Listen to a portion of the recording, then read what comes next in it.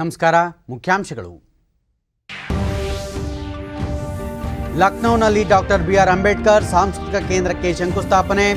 ರಾಷ್ಟ್ರ ನಿರ್ಮಾಣದಲ್ಲಿ ಸಂವಿಧಾನ ಶಿಲ್ಪಿಯ ಕೊಡುಗೆ ಅನನ್ಯ. ರಾಷ್ಟ್ರಪತಿ ರಾಮನಾಥ್ ಕೋವಿಂದ್. ಜಮ್ಮು ವಾಯುಪಡೆ ನೆಲೆ ಮೇಲೆ ನಡೆದ ಡ್ರೋನ್ ದಾಳಿ ಪ್ರಕರಣ ಎನ್ಐಎಗೆ ತನಿಖೆ ಹಸ್ತಾಂತರಿಸಲು ಕೇಂದ್ರ ನಿರ್ಧಾರ. ರಾಜ್ಯದಲ್ಲಿ ಸೋಂಕಿನ ದರ ಇಳಿಮುಖ ಹಿನ್ನೆಲೆ ಧಾರ್ಮಿಕ ಸ್ಥಳಗಳನ್ನು ಸಾರ್ವಜನಿಕರಿಗೆ ಮುಕ್ತಗೊಳಿಸಲು ಚಿಂತನೆ. ಸಚಿವ ಕೋಟಾ ಶ್ರೀನಿವಾಸ್ ಪೂಜಾರಿ. ಕೋವಿಡ್-19 ಲಸಿಕೆಗೆ ಸಹಕಾರಿಯಾಗಿರುವ ಕೋವಿನ್ ಆಪ್ ಜನಪ್ರಿಯ. ತಂತ್ರಜ್ಞಾನ ಕುರಿತು 50ಕ್ಕೂ ಹೆಚ್ಚು ರಾಷ್ಟ್ರಗಳಿಂದ ಆಸಕ್ತಿ. ವಾರ್ತೆಗಳ ವಿವರ. ರಾಷ್ಟ್ರಪತಿ ರಾಮನಾಥ್ ಕೋವಿಂದ್ ಅವರಿಂದು ಉತ್ತರ ಪ್ರದೇಶದ ಲಕ್ನೋನಲ್ಲಿ ಡಾಕ್ಟರ್ ಬಿ.ಆರ್. ಅಂಬೇಡ್ಕರ್ ಸಾಂಸ್ಕೃತಿಕ ಕೇಂದ್ರಕ್ಕೆ ಶಂಕುಸ್ಥಾಪನೆ ನೆರವೇರಿಸಿದರು.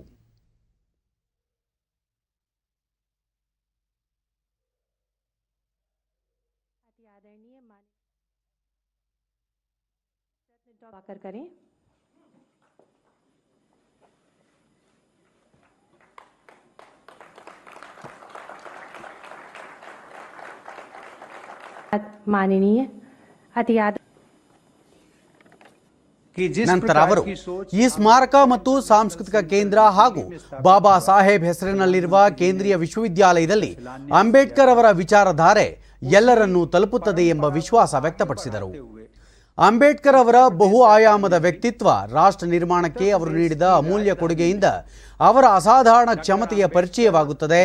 ಶಿಕ್ಷಣ ತಜ್ಞರಾಗಿ, ಆರ್ಥಿಕ ತಜ್ಞರಾಗಿ, ಮುತ್ಸದ್ದಿ ರಾಜಕಾರಣಿಯಾಗಿ, ಸಂವಿಧಾನ ಶಿಲ್ಪಿಯಾಗಿ, ಪತ್ರಕರ್ತರಾಗಿ, ಸಮಾಜ ಸುಧಾರಕರಾಗಿ ಬಾಬಾ ಸಾಹೇಬ್ ಅವರ ಕೊಡುಗೆ ಅನನ್ಯ ಎಂದು ತಿಳಿಸಿದರು. ಸಂಸ್ಕೃತಿ, ಧರ್ಮ ಮತ್ತು ಆಧ್ಯಾತ್ಮಿಕ ಕ್ಷೇತ್ರಕ್ಕೂ ಅವರು ಅಮೂಲ್ಯ ಕೊಡುಗೆ ನೀಡಿದ್ದಾರೆ ಎಂದು ರಾಷ್ಟ್ರಪತಿಯವರು ದೇಶದ ಬ್ಯಾಂಕಿಂಗ್, ನೀರಾವರಿ, ವಿದ್ಯುತ್ ವ್ಯವಸ್ಥೆ, ಕಾರ್ಮಿಕ ನಿರ್ವಹಣಾ ವ್ಯವಸ್ಥೆ, ಕಂದಾಯ ಹಂಚಿಕೆ ವ್ಯವಸ್ಥೆ, ಶಿಕ್ಷಣ ವ್ಯವಸ್ಥೆಯಲ್ಲಿ ಅಂಬೇಡ್ಕರ್ ಅವರ ಛಾಪಿದೆ ಎಂದು ಬಣ್ಣಿಸಿದರು. बाबा साहब डॉक्टर अंबेडकर के बहुआयामी व्यक्तित्व और राष्ट्र निर्माण में उनके बहुमूल्य योगदान से उनकी असाधारण क्षमता व योग्यता का परिचय मिलता है. हम सब जानते हैं कि वे एक शिक्षाविद, अर्थशास्त्री, विधिवेत्ता, राजनेता, पत्रकार, समाजशास्त्री व समाज सुधारक तो थे ही, उन्होंने संस्कृति, धर्म और अध्यात्म के क्षेत्रों में भी अपना अमूल्य योगदान दिया था. भारतीय संविधान के शिल्पकार होने के अलावा हमारे banking, irrigation, electricity system, labour management system, revenue sharing system, शिक्षा व्यवस्था आदि सभी क्षेत्रों पर डॉक्टर अंबेडकर के योगदान की छाप है. बाबा साहब के विजन में 4 बातें हमेशा महत्वपूर्ण रही हैं. ये 4 बातें हैं: नैतिकता, समता, आत्मसम्मान और भारतीयता. इन चारों आदर्शों तथा जीवन मूल्यों की झलक बाबा साहब के चिंतन एवं कार्यों में दिखाई देती है. वहां पर भव्य स्मारक ಇದಕ್ಕೂ ಮುನ್ನ ಮುಖ್ಯಮಂತ್ರಿ ಯೋಗಿ ಆದಿತ್ಯನಾಥ್ ವಂಚಿತರು, ಶೋಷಿತರು, ಅಪೇಕ್ಷಿತರಿಗೆ ಧ್ವನಿ ನೀಡಿದ್ದ ವಿಶ್ವಮಾನವ ಡಾಕ್ಟರ್ ಅಂಬೇಡ್ಕರ್ ಅವರನ್ನು ಕೇವಲ ಭಾರತೀಯರು ಮಾತ್ರವೇ ಅಲ್ಲ, ಇಡೀ ವಿಶ್ವವೇ ಸ್ಮರಿಸುತ್ತದೆ ಎಂದರು. वैश्विक स्तर तक पहुंचाने का भी एक माध्यम है जो विश्व मानवता को सदैव वंचितों, दलितों, उपेक्षितों की आवाज के रूप में बाबा साहब भीमराव अंबेडकर का एक नया संबल सदैव प्रदान करेगा. और उत्तर प्रदेश का यह अत्याधुनिक स्मारक और म्यूजियम या सांस्कृतिक केंद्र बाबा साहब भीमराव अंबेडकर की इन्हीं स्मृतियों को आगे बढ़ाने के क्रम में उत्तर प्रदेश सरकार के द्वारा आगे आज कार्यक्रम का शुभारंभ होने जा रहा है. ಉತ್ತರ ಪ್ರದೇಶ ರಾಜ್ಯಪಾಲರಾದ ಆನಂದಿಬೆನ್ ಪಟೇಲ್ ಸಂವಿಧಾನ ಶಿಲ್ಪಿ, ಭಾರತ ರತ್ನ ಅಂಬೇಡ್ಕರ್ ಅವರ ಸಾಂಸ್ಕೃತಿಕ ಕೇಂದ್ರ ಪುಸ್ತಕಾಲಯ, ಬಾಬಾ ಸಾಹೇಬ್ ಅವರ ಛಾಯಾಚಿತ್ರಗಳು, ಪ್ರತಿಮೆ ಒಳಗೊಂಡು ಯುವಜನರಿಗೆ ಸ್ಫೂರ್ತಿಯ ಸೆಲೆಯಾಗಲಿದೆ ಎಂಬ ವಿಶ್ವಾಸ ವ್ಯಕ್ತಪಡಿಸಿದರು. देश के सर्वोच्च नागरिक सम्मान भारत रत्न से विभूषित किया गया. हमारे संविधान की रूपरेखा तैयार करने के लिए उन्हें भारतीय संविधान के शिल्पी के रूप में सदैव स्मरण किया जाता रहेगा. हमारे संविधान के शिल्पकार बाबा साहेब पूरे भारत के लिए सम्मान के प्रतीक हैं. देश को स्वतंत्र कराने एवं आज़ादी के बाद संविधान के निर्माण में महत्वपूर्ण भूमिका निभाने वाले डॉक्टर आम्बेडकर का नाम स्वर्ण अक्षरों में लिखा जाएगा।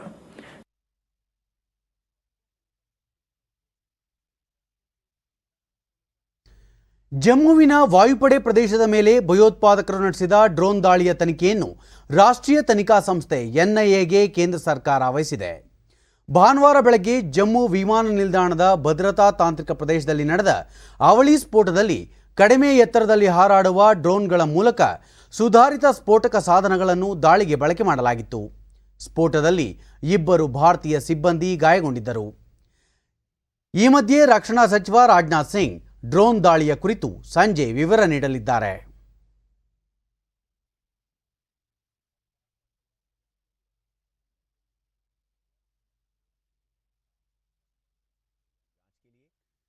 ಒಂದು ರಾಷ್ಟ್ರ ಒಂದು ಪಡಿತರ ಚೀಟಿ ಯೋಜನೆಯನ್ನು ಜುಲೈ 31ರೊಳಗೆ ಅನುಷ್ಠಾನಗೊಳಿಸುವಂತೆ ಎಲ್ಲ ರಾಜ್ಯಗಳು ಮತ್ತು ಕೇಂದ್ರಾಡಳಿತ ಪ್ರದೇಶಗಳಿಗೆ ಸುಪ್ರೀಂ ಕೋರ್ಟ್ ಇಂದು ಸೂಚಿಸಿದೆ.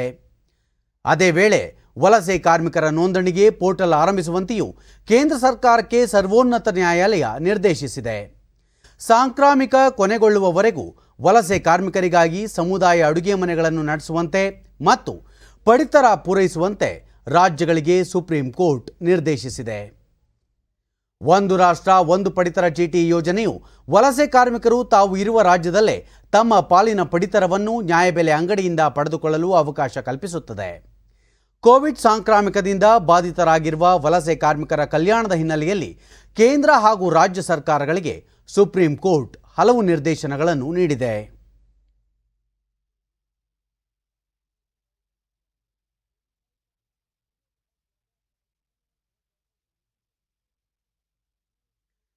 ಭಾರತ ಕೇವಲ ವಾಹನ ಬಿಡಿ ಭಾಗಗಳ ಉತ್ಪಾದನೆ ಮತ್ತು ಸೇವಾ ಕೇಂದ್ರವಷ್ಟೇ ಅಲ್ಲ, ವಾಹನ ಉತ್ಪಾದನೆಯ ನೆಚ್ಚಿನ ತಾಣವಾಗಲಿದೆ ಎಂದು ಕೇಂದ್ರ ವಾರ್ತಾ ಮತ್ತು ಪ್ರಸಾರ ಖಾತೆ ಸಚಿವ ಪ್ರಕಾಶ್ ಜಾವಡೇಕರ್ ವಿಶ್ವಾಸ ವ್ಯಕ್ತಪಡಿಸಿದ್ದಾರೆ. ಇಂದೋರ್ನಲ್ಲಿ ಅತಿ ವೇಗದ ರಸ್ತೆ ಹೈಸ್ಪೀಡ್ ಟ್ರ್ಯಾಕ್ನ ಈ ಉದ್ಘಾಟನೆ ನೆರವೇರಿಸಿದ ಅವರು, ಭಾರತದಲ್ಲಿ ತಯಾರಾದ ವಾಹನಗಳು ವಿಶ್ವದ ಎಲ್ಲೆಡೆ ಸಂಚರಿಸಬೇಕು, ಉದ್ಯೋಗ ಸೃಷ್ಟಿಯಾಗಬೇಕು, ಹೆಚ್ಚಿನ ತೆರಿಗೆ ಸಂಗ್ರಹವಾಗಬೇಕು ಎಂಬುದು ಆತ್ಮನಿರ್ಭರ ಭಾರತದ ಕನಸಾಗಿದೆ ಎಂದರು. ಭಾರತ ಉತ್ಪಾದನಾ ತಾಣವಾಗಬೇಕು ಎಂದು ಪ್ರಧಾನಿಯವರು ಕಂಡಿರುವ ಕನಸು ನನಸಾಗುತ್ತಿದೆ. ಬಿಜೆಪಿ ಅಧಿಕಾರಕ್ಕೆ ಬಂದಾಗ ಭಾರತದಲ್ಲಿ ಕೇವಲ 2 ಮೊಬೈಲ್ ತಯಾರಿಕಾ ಕಾರ್ಖಾನೆ ಇದ್ದಿದ್ದು ಇದೀಗ 200ಕ್ಕೂ ಹೆಚ್ಚು ಕಾರ್ಖಾನೆಗಳಿವೆ ಎಂದರು. ಅದೇ ರೀತಿ ವಾಹನ ನಿರ್ಮಾಣದಲ್ಲೂ ಹೊಸ ಅವಕಾಶಗಳು ತೆರೆದುಕೊಳ್ಳಲಿದ್ದು ಉದ್ಯೋಗಾವಕಾಶ ಹೆಚ್ಚಳವಾಗುತ್ತದೆ, ಭಾರತದ ಚಿತ್ರಣವೇ ಬದಲಾಗುತ್ತದೆ ಎಂದು ಹೇಳಿದರು. ಕೇಂದ್ರ ಸಚಿವ ಅರ್ಜುನ್ ರಾಮ್ ಮೇಘವಾಲ್ ಉಪಸ್ಥಿತರಿದ್ದರು.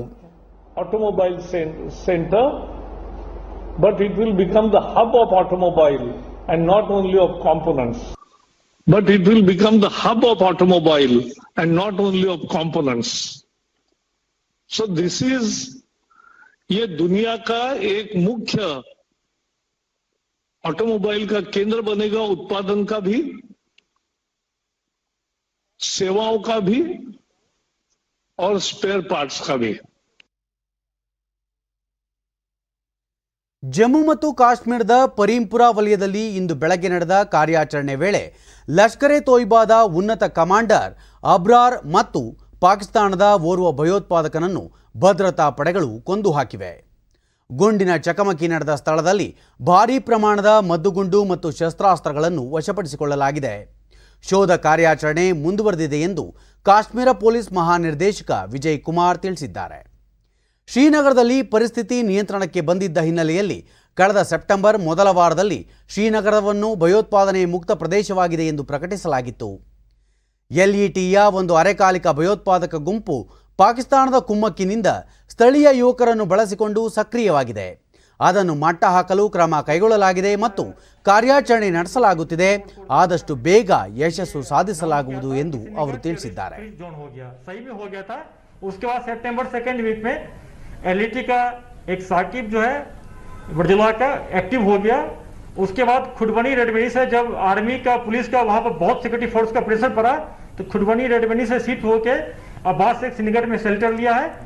पाकिस्तान के इशारे पर, आईएसआई के इशारे पर यहाँ पर लोकल लड़कों को कुछ 5-6 को एक्टिव किया है, जो अपने को टीआरएफ कहते हैं, बल्कि एलईटी के ये टेररिस्ट हैं, उसमें एक मार चुका है क्या अवैध, बाकी जो है उसके पीछे हम लोग लगे हुए हैं और बहुत जल्दी उसको या तो अरेस्ट कर लेंगे या इनकाउंटर उसको न्यूट्रलाइज करेंगे।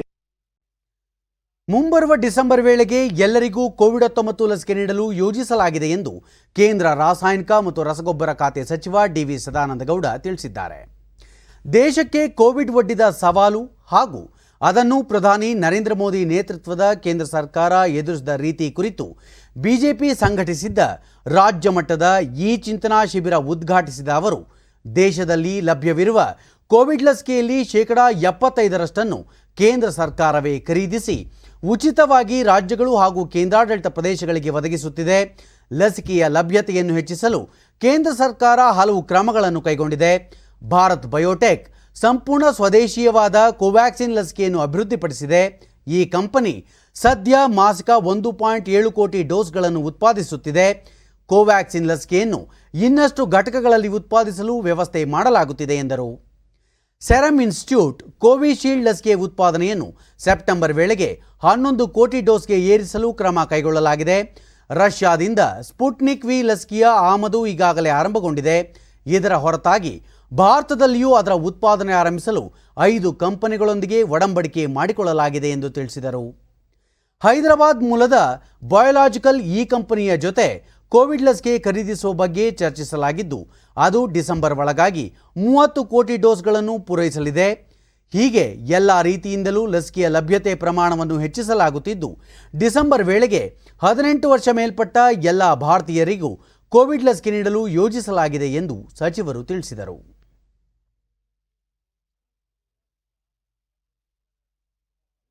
₹35,000 ಕೋಟಿ ನಿಮ್ಮನ್ನ ಬಜೆಟ್ನಲ್ಲಿ ಪ್ರತ್ಯೇಕವಾಗಿ ವ್ಯಾಕ್ಸಿನೇಷನ್ಗೆ, ಆರೋಗ್ಯದ ಆ ಒಂದು ಕ್ಷೇತ್ರದಲ್ಲೇ ಅಲ್ಲ, ಪ್ರತ್ಯೇಕವಾದಂತೆ ಇದರಲ್ಲಿ ಇಡುವಂತಹ ಕೆಲಸ ಕಾರ್ಯಗಳನ್ನ ಮಾಡಿದ್ದನ್ನು ನೀವು ಕಂಡಿದ್ದೀರಿ. ಇದೆಲ್ಲ ಪ್ರಧಾನಮಂತ್ರಿಯವರ ಮುಂದಾಲೋಚನೆಯ ಭಾಗಗಳು ಅಂತ ನಾನು ತಿಳ್ಕೊಳ್ತಾ ಇದ್ದೇನೆ. ಸುಮಾರು ತಿಂಗಳಿಗೆ 1.7 ಕೋಟಿ ಕೋವ್ಯಾಕ್ಸಿನ್ ಡೋಸ್ ಉತ್ಪಾದನೆ ಆಗ್ತಾ ಇದೆ. ಪ್ರಧಾನಮಂತ್ರಿ ಹೇಳಿದ್ರು, ನಿಮಗೆ ಆರ್ಥಿಕ ಸಹಕಾರ ಬೇಕಾದ್ರೆ ಕೇಂದ್ರದಿಂದ ಕೊಡ್ತೇವೆ, ಆದ್ರೆ ನೀವು ಇದನ್ನ ಒಂದು 3 ಪಟ್ಟು 4 ಪಟ್ಟು ಜಾಸ್ತಿ ಮಾಡಬೇಕು ಅಂತ ಹೇಳಿ. ಈಗ ಜುಲೈ ತಿಂಗಳಿನ ನಂತರ 7.5 ಕೋಟಿ ವ್ಯಾಕ್ಸಿನ್ಗಳ ಉತ್ಪಾದನೆ ನಿಮ್ಮ ಕೋವ್ಯಾಕ್ಸಿನ್ ನಲ್ಲಿ ಆಗುತ್ತೆ. ಅದೇ ರೀತಿಯಲ್ಲಿ ನಿಮ್ಮ ಕೋವಿಶೀಲ್ಡ್ ಇದು ಕೂಡ ಈಗ ಇರುವಂತಹ 6 ಕೋಟಿಯಿಂದ 11 ಕೋಟಿಗೆ ಇದು ಏರಿಕೆ ಆಗುತ್ತೆ. ಡಿಸೆಂಬರ್ನೊಳಗೆ ಎಲ್ಲರಿಗೂ ವ್ಯಾಕ್ಸಿನ್ ಆಗಬೇಕು ಅಂತ ಹೇಳಿ ರಷ್ಯಾದ ಸ್ಪುಟ್ನಿಕ್ ನ ಜೊತೆ ಒಪ್ಪಂದಗಳನ್ನು ಮಾಡಿಕೊಂಡ್ರು. ಈಗಾಗಲೇ ರಷ್ಯಾದಿಂದ ಸ್ಪುಟ್ನಿಕ್ 5 ಅದು ಈಗ ಆಮದಾಗ್ತಾ ಇದೆ. ಭಾರತ ದೇಶದಲ್ಲಿ ಅದನ್ನು 5 ಜಾಗದಲ್ಲಿ ಪ್ರೊಡಕ್ಷನ್ ಮಾಡಲಿಕ್ಕೆ ಬೇಕಾದಂತ ಲೈಸೆನ್ಸ್ ಗಳನ್ನು ಕೊಡುವಂತಹ ಕೆಲಸ ಕಾರ್ಯಗಳನ್ನು ಮಾಡಲಾಗಿದೆ. ನಿಮ್ಗೆ ಗೊತ್ತಿರಬಹುದು, ಇನ್ನೂ ಒಂದು ಈ ಬಯೋಲಾಜಿಕಲ್ ಅಂತೇಳಿ ಹೈದರಾಬಾದಿನ ಒಂದು ಫಾರ್ಮಾ ಕಂಪನಿ, ಅದು ಈಗಾಗಲೇ ಅವರಿಗೆ ಪರ್ಮಿಷನ್ ಸಿಕ್ಕಿದೆ. ಈಗಾಗಲೇ ಅವರು ಪ್ರೊಡಕ್ಷನ್ ಗಳನ್ನು ಪ್ರಾರಂಭ ಮಾಡ್ತಾ ಇದ್ದಾರೆ. ಡಿಸೆಂಬರ್ನೊಳಗೆ 30 ಕೋಟಿ ಲಸಿಕೆಗಳನ್ನ ಅವರು ನಮಗೆ ಸಪ್ಲೈ ಮಾಡೋರಿದ್ದಾರೆ. ಉಡುಪಿ ಜಿಲ್ಲೆಯಲ್ಲಿ ಸಂಭವಿಸಿರುವ ಸಮುದ್ರ ಕೊರೆತಕ್ಕೆ ಸಂಬಂಧಿಸಿದಂತೆ ಕೇಂದ್ರ ಸರ್ಕಾರಕ್ಕೆ 1,000 ಕೋಟಿ ರೂಪಾಯಿ ವಿಶೇಷ ಪರಿಹಾರ ಕೋರಲು ಪ್ರಸ್ತಾವನೆ ಸಿದ್ಧಪಡಿಸುವಂತೆ ಅಧಿಕಾರಿಗಳಿಗೆ ಉಡುಪಿ ಜಿಲ್ಲಾ ಉಸ್ತುವಾರಿ ಹಾಗೂ ಗೃಹ ಸಚಿವ ಬಸವರಾಜ ಬೊಮ್ಮಾಯಿ ಸೂಚಿಸಿದ್ದಾರೆ. ಜಿಲ್ಲಾ ಪಂಚಾಯತ್ ಸಭಾಂಗಣದಲ್ಲಿ ನಿನ್ನೆ ನಡೆದ ಜಿಲ್ಲಾ ಪ್ರಗತಿ ಪರಿಶೀಲನಾ ಸಭೆಯ ಅಧ್ಯಕ್ಷತೆ ವಹಿಸಿದ್ದ ಅವರು, ಜಿಲ್ಲೆಯಲ್ಲಿ ತೌತೆ ಚಂಡಮಾರುತ ಹಾಗೂ ಪ್ರಾಕೃತಿಕ ವಿಕೋಪದಿಂದಾಗಿ 9,115 ಮೀಟರ್ ಉದ್ದದ ಸಮುದ್ರ ಕೊರೆತ ಸಂಭವಿಸಿ ಅಂದಾಜು 990 ಕೋಟಿ ರೂಪಾಯಿಗಿಂತ ಹೆಚ್ಚು ಹಾನಿ ಸಂಭವಿಸಿದೆ. ಜಿಲ್ಲೆಯಲ್ಲಿ ಸಮುದ್ರ ಕೊರೆತ ತಡೆಯಲು ಶಾಶ್ವತ ಪರಿಹಾರಕ್ಕಾಗಿ 1,000 ಕೋಟಿ ರೂಪಾಯಿಗಳನ್ನು ವಿಶೇಷ ಪರಿಹಾರವಾಗಿ ಒದಗಿಸಲು ಪ್ರಸ್ತಾವನೆ ಸಿದ್ಧಪಡಿಸುವಂತೆ ಅಧಿಕಾರಿಗಳಿಗೆ ನಿರ್ದೇಶಿಸಿದರು. ಜಿಲ್ಲೆಯಲ್ಲಿ ಪ್ರಾಕೃತಿಕ ವಿಕೋಪ ತಡೆಗೆ ಪೂರ್ಣ ಪ್ರಮಾಣದ ಒಂದು SDRF ತಂಡವನ್ನು ಮಂಜೂರು ಮಾಡಲಾಗುವುದು. ಪ್ರಾಕೃತಿಕ ವಿಕೋಪ ಸಂದರ್ಭದಲ್ಲಿ ಮನೆ ಹಾನಿಯಾದವರಿಗೆ ಗರಿಷ್ಠ 2 ದಿನದಲ್ಲಿ ಪರಿಹಾರ ವಿತರಿಸಬೇಕು ಹಾಗೂ ಅಂದಾಜು ಪಟ್ಟಿ ಸಿದ್ಧಪಡಿಸಿ ಸರ್ಕಾರಕ್ಕೆ ಸಲ್ಲಿಸಬೇಕು ಎಂದರು. ಕೋವಿಡ್ 3ನೇ ಅಲೆ ತಡೆಯುವ ನಿಟ್ಟಿನಲ್ಲಿ ಜಿಲ್ಲೆಯ 2.4 ಲಕ್ಷ ಮಕ್ಕಳ ಸಂಪೂರ್ಣ ಆರೋಗ್ಯ ತಪಾಸಣೆ ಕಾರ್ಯಕ್ರಮ ವಾತ್ಸಲ್ಯ ಆಗಸ್ಟ್ 15ರೊಳಗೆ ಪೂರ್ಣಗೊಳ್ಳಬೇಕು. ಪ್ರತಿ ಗ್ರಾಮದ ಮಕ್ಕಳನ್ನು ಆರೋಗ್ಯ ತಪಾಸಣೆಗೊಳಪಡಿಸಿ ಅಪೌಷ್ಟಿಕತೆ ಇರುವ ಮಕ್ಕಳಿಗೆ ಪೌಷ್ಟಿಕ ಆಹಾರದ ಕಿಟ್ಗಳು, ಉಚಿತ ಔಷಧಿ ವಿತರಿಸಬೇಕು. ಮತ್ತು ಹೆಚ್ಚಿನ ಚಿಕಿತ್ಸೆ ಅಗತ್ಯವಿರುವ ಮಕ್ಕಳನ್ನು ಸರ್ಕಾರಿ ಆಸ್ಪತ್ರೆಗಳಲ್ಲಿ ದಾಖಲಿಸಿ ಚಿಕಿತ್ಸೆ ನೀಡಬೇಕು. ಸರ್ಕಾರಿ ಆಸ್ಪತ್ರೆಯಲ್ಲಿ ಸೌಲಭ್ಯವಿಲ್ಲದಿದ್ದಲ್ಲಿ ಆ ಮಕ್ಕಳನ್ನು ಖಾಸಗಿ ಆಸ್ಪತ್ರೆಗಳಿಗೆ ದಾಖಲಿಸಿ ಆಯುಷ್ಮಾನ್ ಯೋಜನೆಯಡಿ ಉಚಿತ ಚಿಕಿತ್ಸೆಗೆ ವ್ಯವಸ್ಥೆ ಮಾಡಬೇಕು ಎಂದು ಸಚಿವರು ಸೂಚನೆ ನೀಡಿದರು.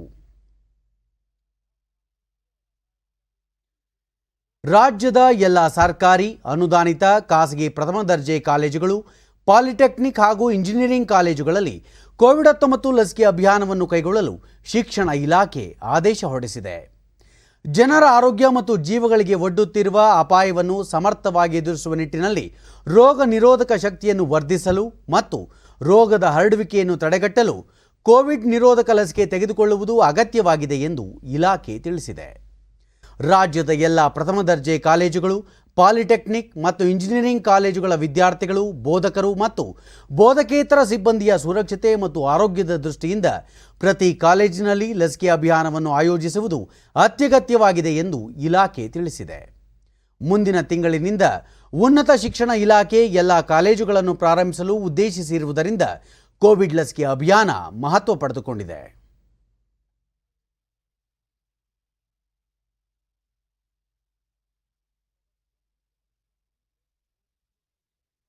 ಕೇರಳದ ಕಾಸರಗೋಡು ಮತ್ತು ಮಂಜೇಶ್ವರ ತಾಲೂಕುಗಳ ಕೆಲವು ಗ್ರಾಮಗಳ ಕನ್ನಡ ಹೆಸರುಗಳನ್ನು ಬದಲಾಯಿಸುವ ಪ್ರಕ್ರಿಯೆಯನ್ನು ಸ್ಥಗಿತಗೊಳಿಸುವಂತೆ ಕೋರಿ ಮುಖ್ಯಮಂತ್ರಿ ಬಿಎಸ್ ಯಡಿಯೂರಪ್ಪ ಕೇರಳದ ಮುಖ್ಯಮಂತ್ರಿ ಪಿಣರಾಯಿ ವಿಜಯನ್ ಅವರಿಗೆ ಪತ್ರ ಬರೆದಿದ್ದಾರೆ.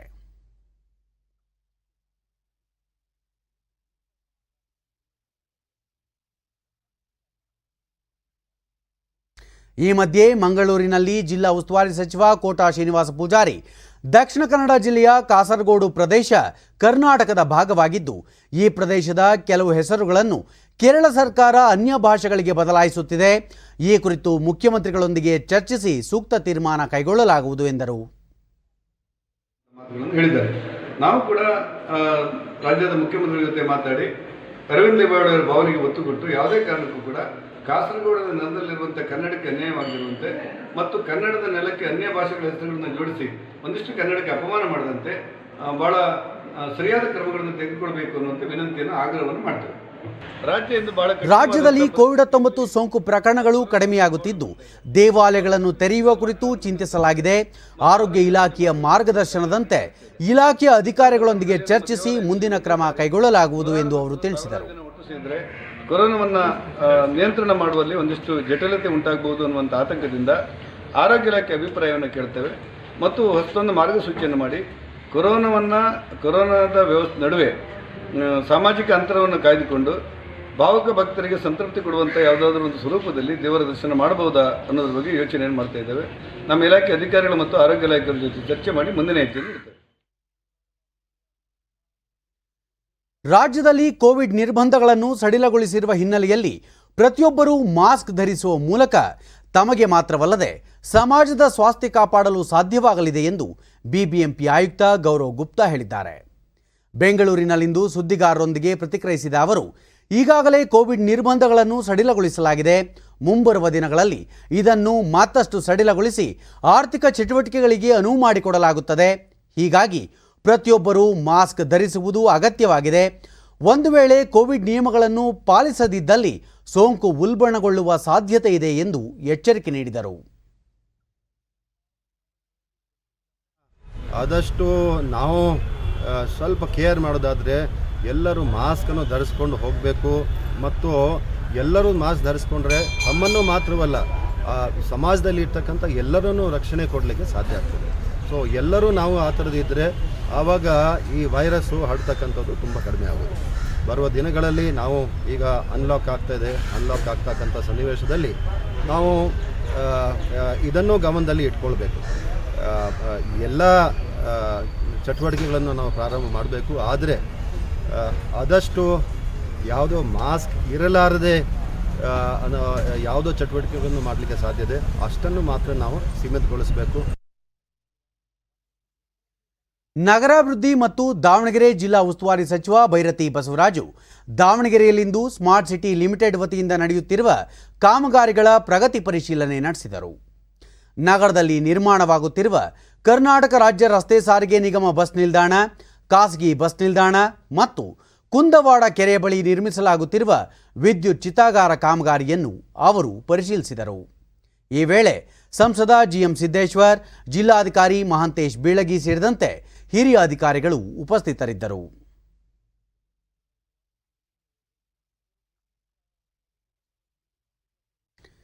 ಸಣ್ಣ ನೀರಾವರಿ ಮತ್ತು ಅಂತರ್ಜಲ ಅಭಿವೃದ್ಧಿ ಇಲಾಖೆ ಜಿಲ್ಲಾ ಪಂಚಾಯಿತಿ ಸಹಯೋಗದೊಂದಿಗೆ ಚಿತ್ರದುರ್ಗದ ಮುರುಘಾ ಮಠದ ಅನುಭವ ಮಂಟಪದಲ್ಲಿ ಗ್ರಾಮ ಪಂಚಾಯಿತಿ ಅಧ್ಯಕ್ಷರು ಹಾಗೂ ಉಪಾಧ್ಯಕ್ಷರಿಗೆ ಅಟಲ್ ಭೂಜಲ ಯೋಜನೆ ಕುರಿತು ಅರಿವು ಮೂಡಿಸುವ ಕಾರ್ಯಕ್ರಮ ಹಮ್ಮಿಕೊಂಡಿತ್ತು. ಸಣ್ಣ ನೀರಾವರಿ ಸಚಿವ ಜೆಸಿ ಮಾಧುಸ್ವಾಮಿ ಕಾರ್ಯಕ್ರಮ ಉದ್ಘಾಟಿಸಿದರು. ಶಾಸಕ ಜಿಎಚ್ ತಿಪ್ಪಾರೆಡ್ಡಿ, ಎಂ ಚಂದ್ರಪ್ಪ, ವಿಧಾನ ಪರಿಷತ್ ಸದಸ್ಯ ವೈಎ ನಾರಾಯಣಸ್ವಾಮಿ ಮತ್ತಿತರರು ಉಪಸ್ಥಿತರಿದ್ದರು.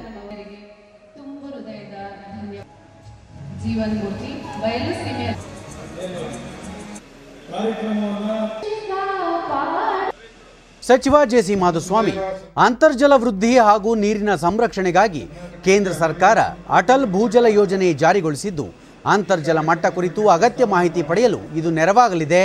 ಮಳೆ ನೀರು ಸಂಗ್ರಹಣೆ ಹಾಗೂ ನೀರಿನ ಮಿತ ಬಳಕೆ ಮಾಡುವುದರಿಂದ ನೀರಿನ ಸಂರಕ್ಷಣೆ ಸಾಧ್ಯವಾಗಲಿದ್ದು, ಕೃಷಿಯಲ್ಲಿ ಹನಿ ಮತ್ತು ತುಂತುರು ನೀರಾವರಿ ಪದ್ಧತಿ ಅಳವಡಿಸಿಕೊಳ್ಳುವುದು ಸೂಕ್ತ ಎಂದು ಅಭಿಪ್ರಾಯಪಟ್ಟರು. ಅಂತರ್ಜಲವನ್ನು ಅಗತ್ಯಕ್ಕಿಂತ ಹೆಚ್ಚಾಗಿ ಮಾಡುವ ಬಳಕೆ ಇದು ಮರುಪೂರ್ಣ ಆಗಬೇಕಂದ್ರೆ 2-3 ರೂಪುರೇಷೆಗಳನ್ನ ನಾವು ಮಾಡ್ತೇವೆ. ಒಂದು ಈಗಾಗಲೇ ಹೇಳಿದ್ರು, ವಾಟರ್ ಸೆಕ್ಯೂರಿಟಿ ಪ್ಲಾನ್. ನಮಗೇನು ಸರ್ಫೇಸ್ ವಾಟರ್ ಇದೆ, ಮೇಲ್ಮೈ ನೀರಿದೆ, ಅದನ್ನು ಉಳಿಸಲಿಕ್ಕೆ ಒಂದು ಯೋಜನೆಯನ್ನು ನಾವು ಮಾಡಬೇಕು. ಮುರುಘಾ ಮಠದ ಶಿವಮೂರ್ತಿ ಮುರುಘಾ ಶರಣರು ಜೀವನದಲ್ಲಿ ಜಲಸಂಪತ್ತಿನ ಭದ್ರತೆ ಬಹುಮುಖ್ಯವಾಗಿದೆ. ಅಂತರ್ಜಲ ಮಟ್ಟ ಹೆಚ್ಚಿಸಲು ಅಗತ್ಯ ಕ್ರಮಗಳನ್ನು ಕೈಗೊಳ್ಳಬೇಕಿದೆ ಎಂದರು. ವಿವೇಚನೆ ಇಲ್ಲದೆ ಬೋರ್ಗಳನ್ನು ಕೊರೆಸ್ತಾ ಅಂತ ಅಂತರ್ಜಲವನ್ನು ಹೆಚ್ಚಿಸುವಂತ ದಿಸೆಯಲ್ಲಿ ಬಿದ್ದ ಮಳೆಯನ್ನು ಯಾವ ರೀತಿಯಾಗಿ ಸದುಪಯೋಗ ಪಡಿಸ್ಕೋಬೇಕು ಅನ್ನುವಂಥ ಒಂದು ವಿಚಾರವನ್ನು ಇಟ್ಟುಕೊಂಡು ಈ ರೀತಿಯಾಗಿರುವಂಥ ಒಂದು ಚಿಂತನೆಯನ್ನು, ಸಣ್ಣ ನೀರಾವರಿ ಯೋಜನೆಯನ್ನು ತಂದಿರ್ತಕ್ಕಂಥದ್ದು ತುಂಬ ಸೂಕ್ತವಾಗಿದೆ. ಫಾಸ್ಫೇಟ್ ಯುಕ್ತ ಅಥವಾ ಫಾಸ್ಫಟಿಕ್ ರಸಗೊಬ್ಬರಗಳ ಲಭ್ಯತೆಯನ್ನು ಸುಧಾರಿಸುವ ಸಲುವಾಗಿ ಮತ್ತು ರಸಗೊಬ್ಬರಗಳಲ್ಲಿ ಭಾರತವನ್ನು ಸ್ವಾವಲಂಬಿ ಮಾಡುವ ಮೂಲಕ ಆಮದಿನ ಮೇಲಿನ ಅವಲಂಬನೆ ತಗ್ಗಿಸುವ ನಿಟ್ಟಿನಲ್ಲಿ ರಸಗೊಬ್ಬರಗಳ ಕೈಗಾರಿಕೆಗಳ ಮಧ್ಯಸ್ಥಗಾರರೊಂದಿಗೆ ರಾಸಾಯನಿಕ ಮತ್ತು ರಸಗೊಬ್ಬರಗಳ ಖಾತೆ ಸಹಾಯಕ ಸಚಿವ ಮನ್ಸುಖ್ ಮಾಂಡವೀಯ ಅವರ ಅಧ್ಯಕ್ಷತೆಯಲ್ಲಿ ನಿನ್ನೆ ಸಭೆ ನಡೆಸಲಾಯಿತು.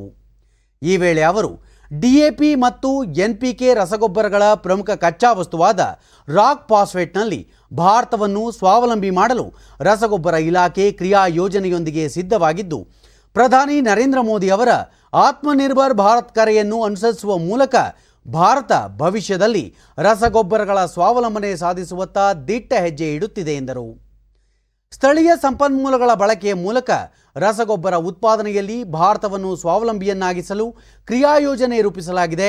ಕರ್ನಾಟಕದಲ್ಲಿ ಇರಬಹುದಾದ ಪೊಟ್ಯಾಸಿಕ್ ಅದಿರಿನ ಸಂಪನ್ಮೂಲಗಳ ಶೋಧನೆಯನ್ನು ತ್ವರಿತಗೊಳಿಸುವ ಸಲುವಾಗಿ ಭಾರತದ ಗಣಿಗಾರಿಕೆ ಮತ್ತು ಭೂವೈಜ್ಞಾನಿಕ ಸಮೀಕ್ಷೆ ಇಲಾಖೆಯೊಂದಿಗೆ ಚರ್ಚೆ ಮತ್ತು ಯೋಜನೆ ನಡೆಸಲಾಗುತ್ತಿದೆ.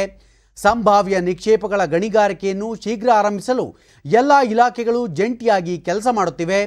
ವಿದೇಶದಿಂದ ದುಬಾರಿ ಕಚ್ಚಾ ವಸ್ತುವಿನ ಆಮದು ಕಡಿಮೆ ಮಾಡುವ ಮೂಲಕ ಕೈಗೆಟುಕುವ ದರದಲ್ಲಿ ಎಲ್ಲ ರೈತರಿಗೂ ರಸಗೊಬ್ಬರ ಲಭ್ಯವಾಗುವಂತೆ ಕ್ರಮ ಕೈಗೊಳ್ಳಲು ಯೋಜಿಸಲಾಗಿದೆ ಎಂದರು.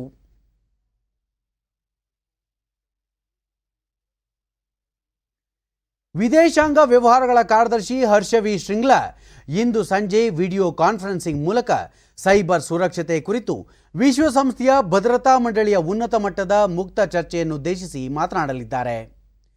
ಎಸ್ಟೋನಿಯಾದ ಪ್ರಧಾನಿ ಕಾಜಾ ಕಲ್ಲಾಸ್ ಸಭೆಯ ಅಧ್ಯಕ್ಷತೆ ವಹಿಸಲಿದ್ದಾರೆ.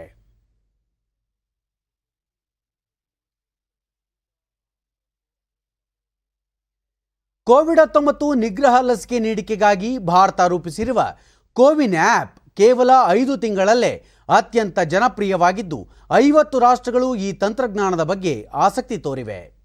ಕೋವಿನ್ ಆ್ಯಪ್ನ ಮುಖ್ಯ ಕಾರ್ಯನಿರ್ವಹಣಾಧಿಕಾರಿ ಡಾಕ್ಟರ್ ಆರ್.ಎಸ್. ಶರ್ಮಾ, ಕೋವಿನ್ ಆ್ಯಪ್ ವೇದಿಕೆ ಕೇವಲ 5 ತಿಂಗಳಲ್ಲಿ 300 ದಶಲಕ್ಷಕ್ಕೂ ಹೆಚ್ಚು ನೋಂದಣಿಯನ್ನು ಯಶಸ್ವಿಯಾಗಿ ಮಾಡಿದೆ. ಆಧಾರ್ ಮತ್ತು UPI ಅನುಭವದ ಫಲಶ್ರುತಿ ಇದಾಗಿದೆ ಎಂದು ಅವರು ತಿಳಿಸಿದ್ದಾರೆ. ಜನವರಿ 16ರಂದು ಆರಂಭಿಸಲಾದ ಈ ಲಸಿಕಾ ನೋಂದಣಿ ಆ್ಯಪ್ 30 ಕೋಟಿಗೂ ಅಧಿಕ ನೋಂದಣಿಯ ಜೊತೆಗೆ ಯಾರಿಗೆ ಯಾವ ಲಸಿಕೆ ಹಾಕಲಾಗಿದೆ, ಮೊದಲ ಡೋಸ್ ಲಸಿಕೆಯನ್ನು ಯಾವಾಗ ನೀಡಲಾಗಿದೆ, ಎರಡನೇ ಡೋಸ್ ಯಾವ ದಿನದಂದು ಪಡೆಯಬೇಕು ಅಥವಾ ಪಡೆದುಕೊಂಡಿದ್ದಾರೆ, ಲಸಿಕೆ ಪಡೆದಾಗ ಏನಾದರೂ ಪ್ರತಿಕೂಲ ಪರಿಣಾಮ ಆಗಿತ್ತೇ ಎಂಬಿತ್ಯಾದಿ ಸಂಪೂರ್ಣ ಮಾಹಿತಿಯನ್ನು ಒಳಗೊಂಡಿದ್ದು ವಿಶ್ವದಲ್ಲೇ ವಿಶಿಷ್ಟವಾಗಿದೆ ಎಂದು ತಿಳಿಸಿದ್ದಾರೆ. ಈ ಆ್ಯಪ್ ಇಷ್ಟೆಲ್ಲ ವೈಶಿಷ್ಟ್ಯ ಹೊಂದಿರುವ ಕಾರಣಕ್ಕಾಗಿ ಇದರ ಬಗ್ಗೆ ಮಧ್ಯ ಏಷ್ಯಾ, ಲ್ಯಾಟಿನ್ ಅಮೆರಿಕಾ, ಆಫ್ರಿಕಾದ ಹಲವು ದೇಶಗಳು ಒಲವು ತೋರಿವೆ ಎಂದು ಅವರು ತಿಳಿಸಿದ್ದಾರೆ. So basically now this platform keeps an account of each individual. When was he vaccinated the first time, which vaccine was administered to him, what were the adverse impact, if any, which the person had sort of experienced, what is the vaccine type, who vaccinated him, everything is there. And then of course a continuous follow-up for him to basically remind him about the second dose of vaccination. That's really something very, very unique in the world. ಅಖಿಲ ಭಾರತ ವೈದ್ಯಕೀಯ ವಿಜ್ಞಾನ ಸಂಸ್ಥೆ AIIMS ದೆಹಲಿಯಲ್ಲಿ 2 ರಿಂದ 6 ವರ್ಷ ವಯೋಮಾನದ ಮಕ್ಕಳಿಗೆ ಲಸಿಕೆ ನೀಡುವ ಪ್ರಯೋಗಕ್ಕಾಗಿ ಮಕ್ಕಳ ಆಯ್ಕೆ ಪ್ರಕ್ರಿಯೆಯನ್ನು ಆರಂಭಿಸಿದೆ. ಮೊದಲ ಡೋಸ್ ಲಸಿಕೆ ನೀಡಿದ 28 ದಿನಗಳ ನಂತರ ಎರಡನೇ ಡೋಸ್ ಲಸಿಕೆ ನೀಡಲಾಗುವುದು. ಮಕ್ಕಳಿಗೆ ಕೋವ್ಯಾಕ್ಸಿನ್ ಲಸಿಕೆ ನೀಡಿಕೆ ಪ್ರಯೋಗಕ್ಕೆ ಭಾರತ ಔಷಧ ನಿಯಂತ್ರಣ ಪ್ರಾಧಿಕಾರ DCGI ಅನುಮತಿ ನೀಡಿದೆ.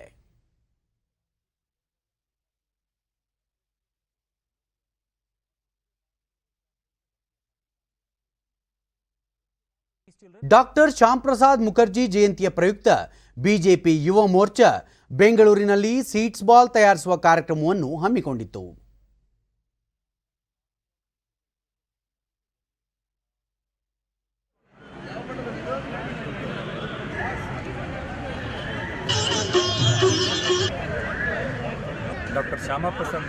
ಈ ಕುರಿತು ರಾಜ್ಯ ಯುವ ಮೋರ್ಚಾ ಅಧ್ಯಕ್ಷ ಡಾಕ್ಟರ್ ಸಂದೀಪ್ ಕುಮಾರ್, ದೇಶದಲ್ಲಿ ಬಿಜೆಪಿ ಯುವ ಮೋರ್ಚಾ ಡಾಕ್ಟರ್ ಶ್ಯಾಮ್ ಪ್ರಸಾದ್ ಮುಖರ್ಜಿ ಅವರ ಬಲಿದಾನ ದಿನದಂದು ಜನ್ಮದಿನದವರೆಗೆ ವಿವಿಧ ರೀತಿಯ ಸೇವಾ ಚಟುವಟಿಕೆಗಳಲ್ಲಿ ತೊಡಗಿಕೊಂಡಿದೆ.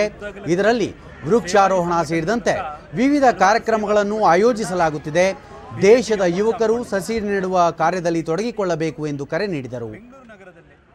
ಬೆಂಗಳೂರು ದಕ್ಷಿಣ, ಬೆಂಗಳೂರು ಉತ್ತರ ಮತ್ತು ಬೆಂಗಳೂರು ಕೇಂದ್ರದ ಯುವ ಮೋರ್ಚಾ ಪದಾಧಿಕಾರಿಗಳ ನೇತೃತ್ವದಲ್ಲಿ ವೃಕ್ಷಾರೋಹಣ ಮಾಡಬೇಕು, ಹಸಿರೇ ಉಸಿರು ಅನ್ನೋ ಒಂದು ಕಾರ್ಯಕ್ರಮವನ್ನು ಈಗಾಗಲೇ ಮಾಡ್ಕೊಂಡು ಬಂದಿದ್ದೀವಿ.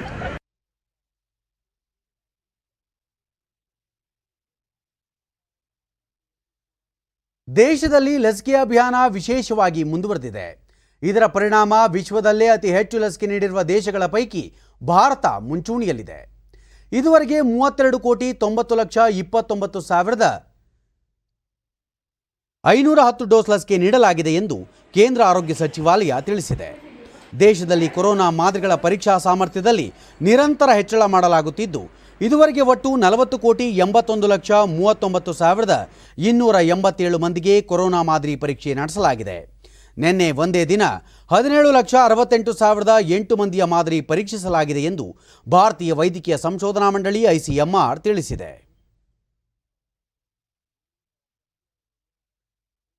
ಕೊನೆಯಲ್ಲಿ ಮತ್ತೊಮ್ಮೆ ಮುಖ್ಯಾಂಶಗಳು.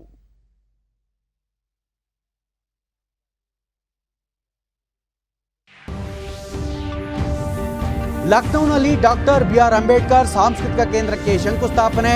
ರಾಷ್ಟ್ರ ನಿರ್ಮಾಣದಲ್ಲಿ ಸಂವಿಧಾನ ಶಿಲ್ಪಿಯ ಕೊಡುಗೆ ಅನನ್ಯ, ರಾಷ್ಟ್ರಪತಿ ರಾಮನಾಥ್ ಕೋವಿಂದ್. ಜಮ್ಮು ವಾಯುಪಡೆ ನೆಲೆ ಮೇಲೆ ನಡೆದ ಡ್ರೋನ್ ದಾಳಿ ಪ್ರಕರಣ NIAಗೆ ತನಿಖೆ ಹಸ್ತಾಂತರಿಸಲು ಕೇಂದ್ರ ನಿರ್ಧಾರ. ರಾಜ್ಯದಲ್ಲಿ ಸೋಂಕಿನ ದರ ಇಳಿಮುಖ ಹಿನ್ನೆಲೆ ಧಾರ್ಮಿಕ ಸ್ಥಳಗಳನ್ನು ಸಾರ್ವಜನಿಕರಿಗೆ ಮುಕ್ತಗೊಳಿಸಲು ಚಿಂತನೆ, ಸಚಿವ ಕೋಟಾ ಶ್ರೀನಿವಾಸ್ ಪೂಜಾರಿ.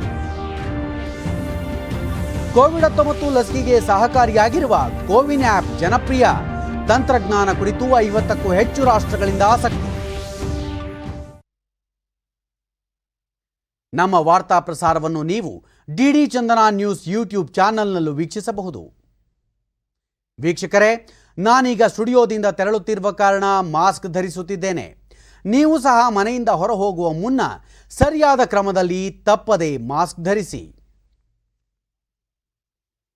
ವ್ಯಕ್ತಿಗತ ಅಂತರ ಕಾಪಾಡಿಕೊಳ್ಳುವುದರೊಂದಿಗೆ ನೀವು ಸುರಕ್ಷಿತವಾಗಿರಿ, ನಿಮ್ಮವರನ್ನು ಸುರಕ್ಷಿತವಾಗಿರಿಸಿ. ನೈರ್ಮಲ್ಯಕ್ಕೆ ಆದ್ಯತೆ ನೀಡುವುದರ ಜೊತೆಗೆ ಸೋಂಕು ತಡೆಗೆ ಕೋವಿಡ್-19 ಲಸಿಕೆ ಪಡೆಯುವುದು ಅಗತ್ಯ. ನಮ್ಮ ಮುಂದಿನ ವಾರ್ತಾ ಪ್ರಸಾರ ಸಂಜೆ 4:30ಕ್ಕೆ. ನಮಸ್ಕಾರ.